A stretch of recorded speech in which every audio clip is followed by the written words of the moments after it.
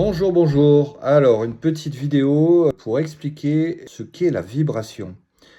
Parce qu'on parle tout le temps de vibration, mais il n'y en a pas beaucoup qui comprennent exactement. On va essayer de mettre une définition rapide en une dizaine de minutes pour expliquer ce qu'est la vibration.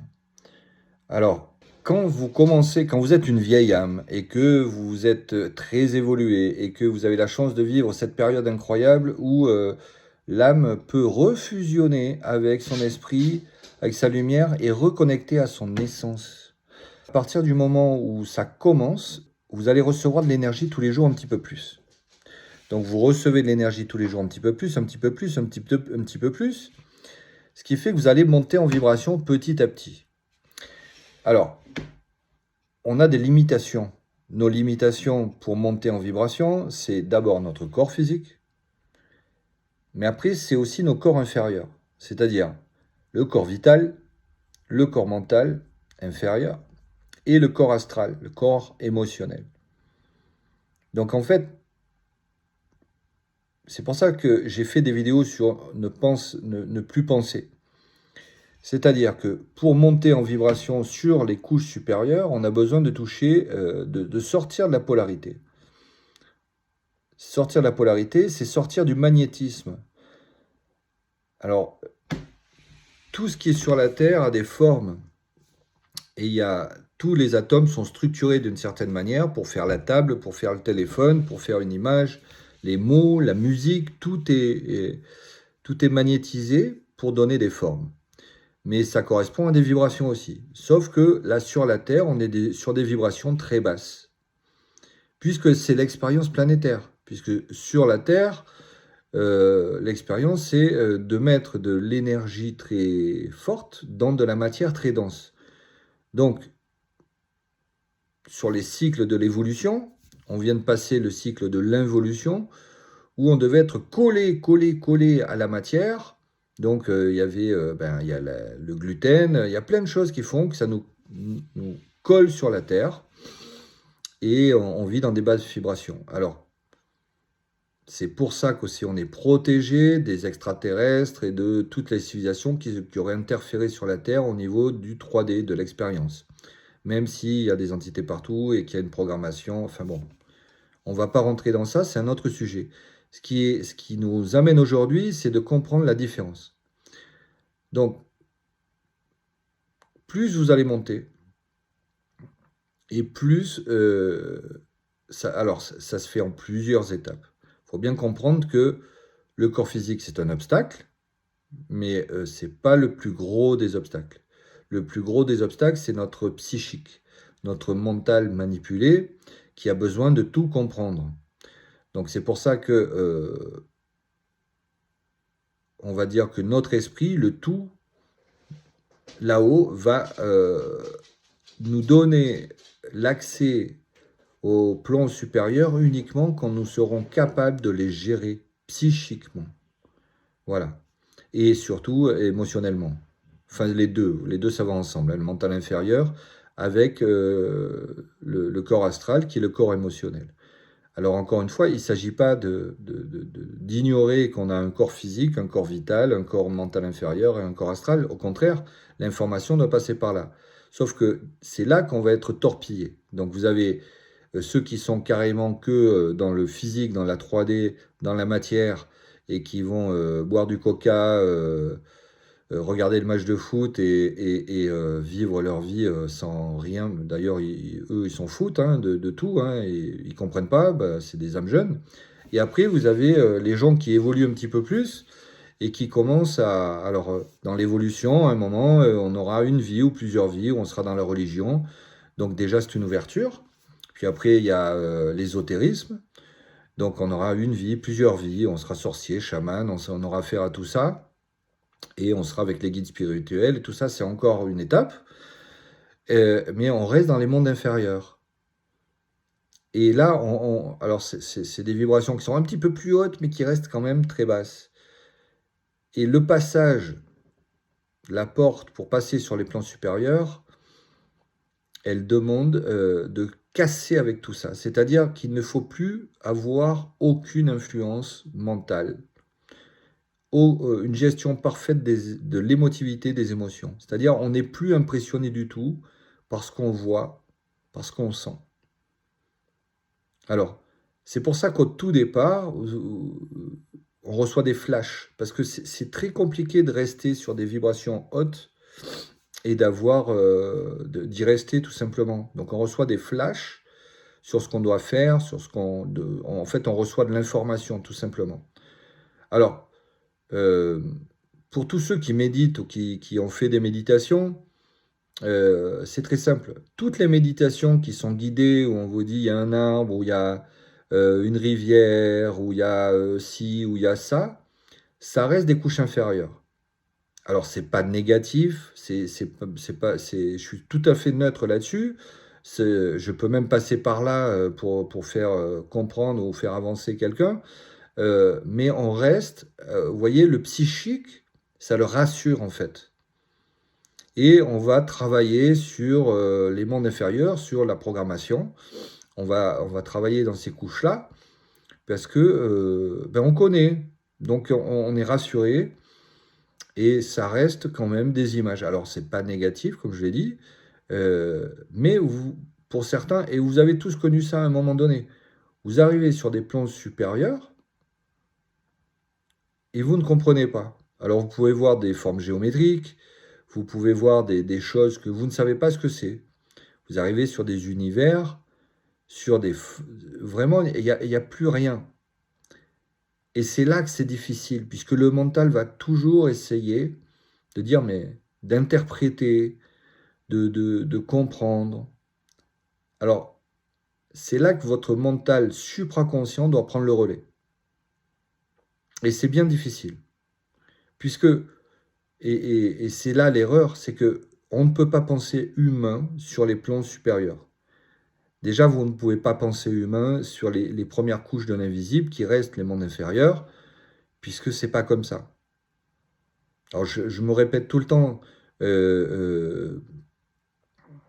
quand une âme meurt, une personne meurt, son âme sort du corps, elle va rester, on dit 40 jours, bon c'est à peu près ça, pour résoudre un peu ce qu'elle n'a pas résolu en tant qu'humain, parce qu'il lui reste un peu de sentiments, un peu de tout ça, et puis ensuite elle s'en va.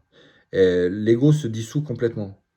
Donc c'est pour ça que la grande majorité des gens qui vont parler avec les anciens, ou les morts, si c'est un enfant mort ou un ancien, en fait, elle parle avec un esprit qui se fait passer pour l'ancien. Sauf que cet esprit il a la capacité de lire dans vos mémoires et de vous faire croire tout ce que vous voulez. Alors, c'est pas négatif, ça fait partie des matrices inférieures. Donc, ce qu'il faut bien comprendre, c'est que même ces esprits ne sont pas conscients non plus. Ils font quelque chose, voilà. Donc, ça part d'une bonne intention pour les meilleurs. Je parle des guides spirituels, des saints et toutes ces choses-là. Mais par contre, quand vous allez... Vous voyez, dans tous ces trucs-là, on est encore impressionné, il y a encore de l'ego.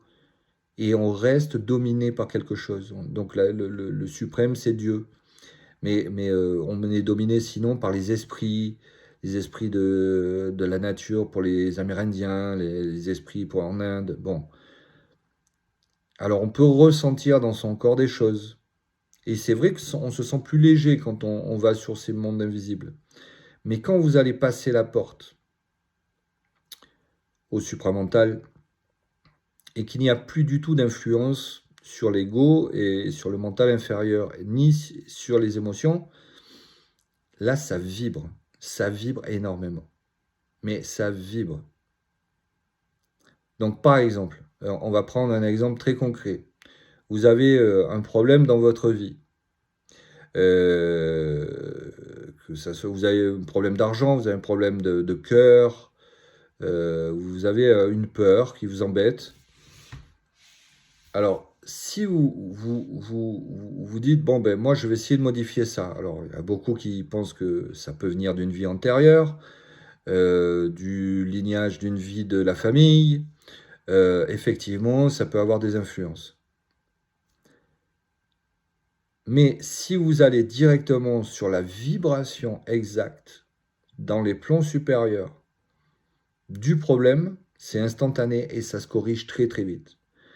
Je prends toujours cet exemple. Celui qui veut arrêter de fumer des cigarettes, s'il est supraconscient, qui monte sur les couches supérieures et qui va dans la vibration exacte de ce qu'il fait fumer, c'est instantané.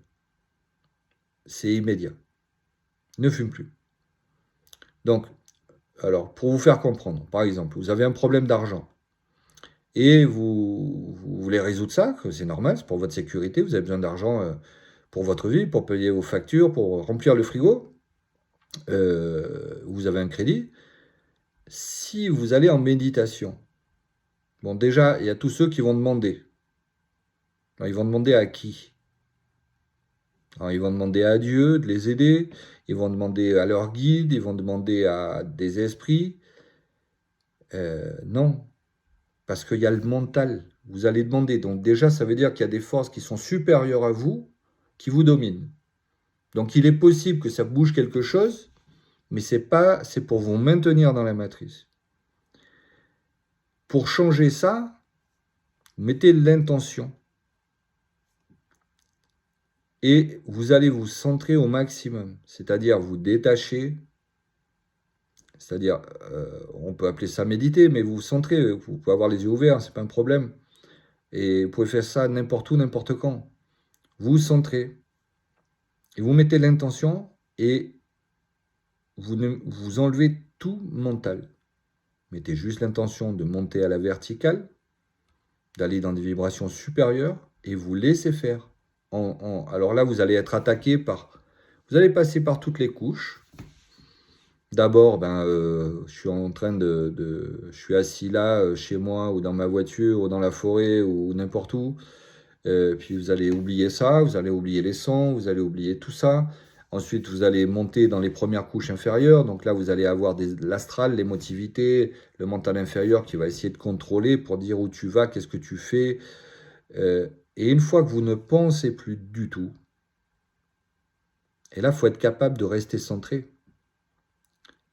Par exemple, si vous avez peur de ne pas savoir, la peur de ne pas y arriver, de ne pas avoir l'information, le mental est déjà rentré, c'est mort.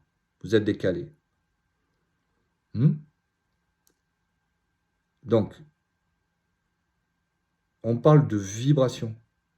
Il n'y a plus de forme. C'est de la vibration. Ça vibre. C'est du courant électrique dans votre corps.